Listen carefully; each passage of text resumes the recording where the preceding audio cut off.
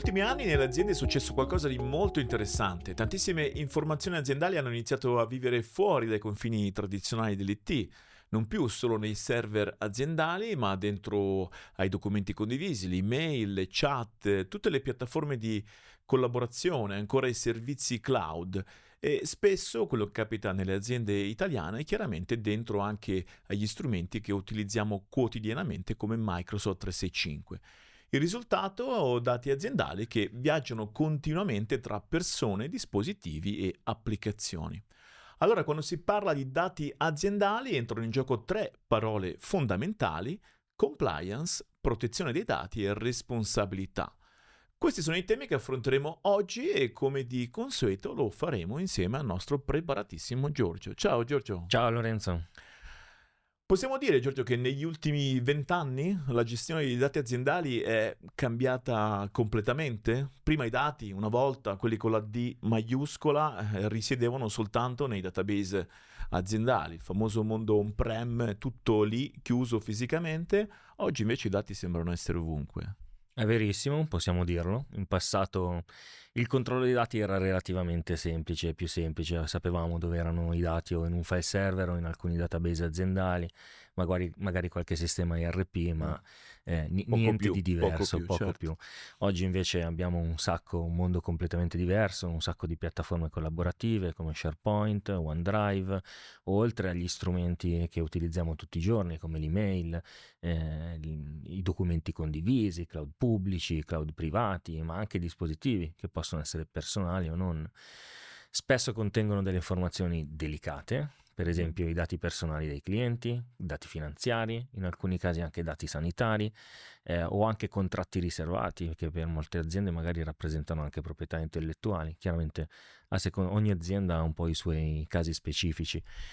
Tutti però sono sottoposti a cosiddette leggi, alle normative, comunque alle leggi di compliance. Per fare un esempio che conosciamo sicuramente tutti, GDPR è un tema cruciale. Certo. Siamo consapevoli quindi di quali sono le situazioni reali che vediamo all'interno delle aziende.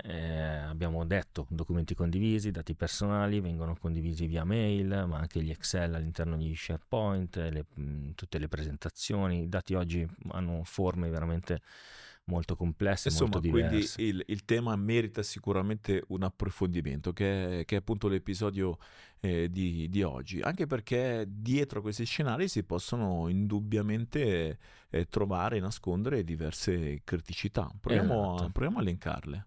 Esatto, ci sono tante criticità che si nascondono, alcune per esempio, ne abbiamo già parlato anche negli episodi precedenti, in una versione, magari da un punto di vista un po' diverso, ma stiamo parlando sempre di fenomeni di oversharing, quindi condivisione non controllata del dato, condivisioni che vanno magari a disposizione di una platea più ampia di quello che dovrebbe essere necessario.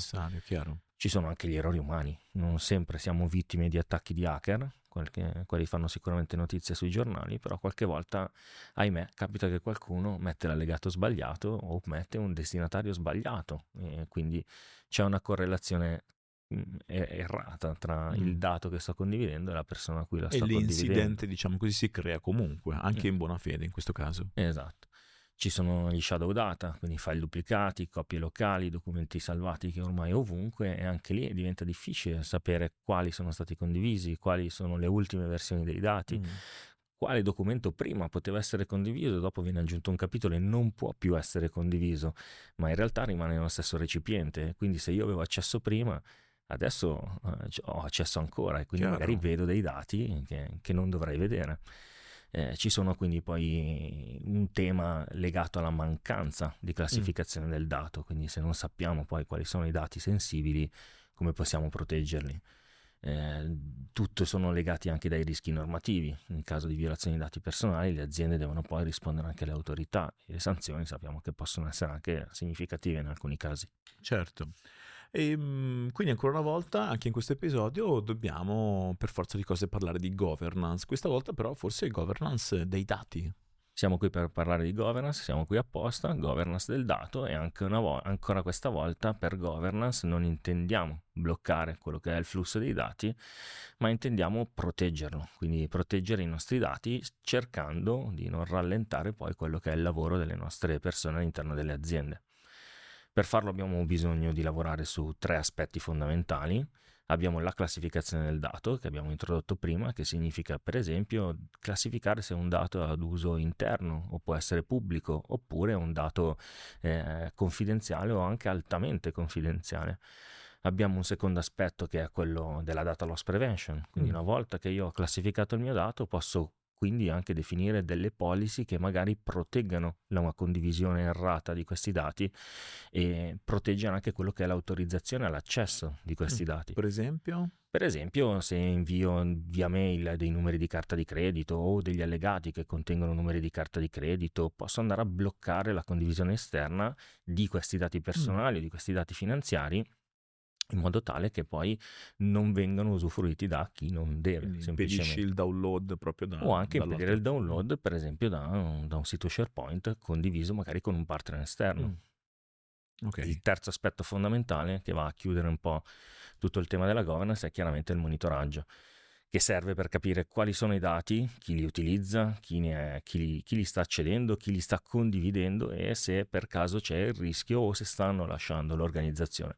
Sappiamo che oggi anche in tematiche di normative dobbiamo sapere se i nostri dati escono dall'organizzazione, se vanno a disposizione di qualcuno che non dovrebbe averne accesso. Chiaro.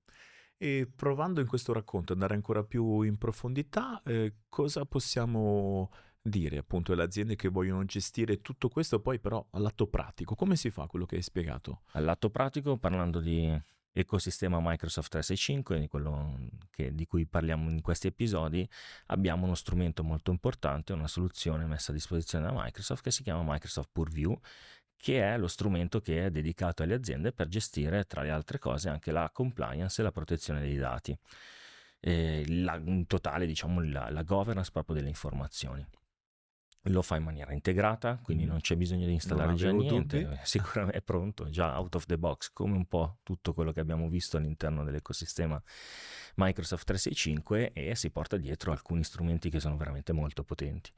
Ne cito solo alcuni più importanti, le sensitivity labels, che abbiamo accennato prima, sono quello strumento che ci permette di classificare i documenti e di farlo volendo anche in maniera automatica.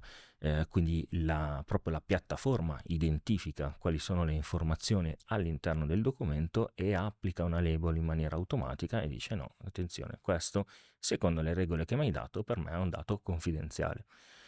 Quando un documento quindi viene classificato, poi posso automaticamente anche definire delle limitazioni, per esempio crittografarlo o fargli impedire di lasciare l'azienda con magari lo secondo strumento, che è la data loss prevention, che è quello che proprio ci permette di identificare se queste informazioni stanno andando verso una platea diversa da quello per cui il documento è stato previsto. Quindi se rischio di mandarlo fuori via email, posso applicare anche dei blocchi, avvisare l'utente: guarda che stai mandando fuori questa email ed è classificata come non può lasciare l'azienda, quindi cosa facciamo? Posso mettere anche dei layer approvativi o posso anche notificare il team di sicurezza. Ok, il team security interno. Il terzo strumento, che è ancora importantissimo, è la data discovery. Purview ci mette a disposizione questo strumento che serve proprio ad andare a capire, da scoprire quali sono i dati sensibili all'interno dei nostri documenti. Non solo documenti SharePoint, ma anche all'interno delle email, all'interno anche delle chat di Teams o nei meeting.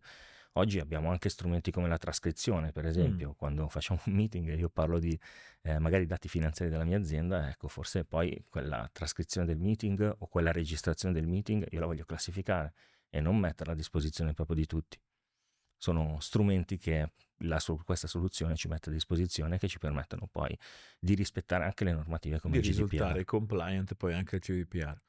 Come sempre facciamo un esempio concreto dell'utilizzo di questi strumenti. E un esempio concreto abbiamo trovato in un'azienda per esempio un utente che ha inviato via email per errore un file Excel che però conteneva dati personali dei clienti, l'ha condiviso con un partner esterno. Non c'era uno strumento di protezione, quindi il file è uscito dall'azienda e è stato scaricato dall'altra parte. È stato scaricato, e quel disclaimer che ogni tanto mettiamo nell'email, se non è per te cancellalo, può servire fino a un certo punto. Chiaro. Invece se avessimo adottato la soluzione Purview questa cosa poteva essere intercettata, avrei potuto leggere all'interno dei documenti, leggere la label, verificare che era un errore, condividerlo con questo partner, quindi avrei potuto bloccare anche l'invio della mail, o comunque, anche se fosse uscito, applicare un livello di encryption e dire ok, il documento è uscito, però non lo posso aprire perché non Chi lo sono la riceve persona non che ha è il permesso autorizzato di coi leggere. permessi di leggerlo, Esatto. chiaro. Quindi, come si diceva, ancora una volta, che abbiamo ripetuto più volte in questi episodi, non è ancora una volta un tema solo tecnologico, perché sì, gli strumenti ci sono, ma diventa anche proprio un nuovo mindset, quindi anche un aspetto fortemente culturale dell'azienda, no? Deve essere fortemente un aspetto culturale, è necessario perché la protezione del dato non può più essere solo responsabilità dell'IT. L'abbiamo visto all'inizio dell'episodio, prima potevo verificare un file server, 2 file server, un database e poco altro, oggi invece il dato può esistere ovunque, quindi vogliamo che i nostri utenti siano più autonomi, più collaborativi, però dobbiamo spostare anche su di loro l'attenzione da questo punto di vista, quindi dobbiamo dargli anche la delega di rendersi conto di quali sono questi file sensibili e come proteggerli. Quindi uno strumento come Purview ci può aiutare anche ad aiutare loro a identificare questi temi. Chiarissimo. Allora, Giorgio, anche oggi abbiamo avuto modo di riflettere sul fatto che i dati sono sì uno degli asset più importanti dell'azienda, ma forse sono anche l'asset più vulnerabile. E abbiamo capito che basta un click, effettivamente l'invio di una mail anche in buona fede, veramente facendo un errore umano, perché può capitare, per creare poi un problema enorme per l'azienda, un incident che può avere delle conseguenze anche importanti. Quindi la vera sfida non è solo proteggere i sistemi, ma è proteggere i dati ovunque essi siano, e oggi abbiamo capito che sono dappertutto. Bene, quindi Giorgio, siamo pronti per parlare del prossimo episodio, non facciamo spoiler e ci vediamo prestissimo. Ci vediamo presto, grazie Lorenzo.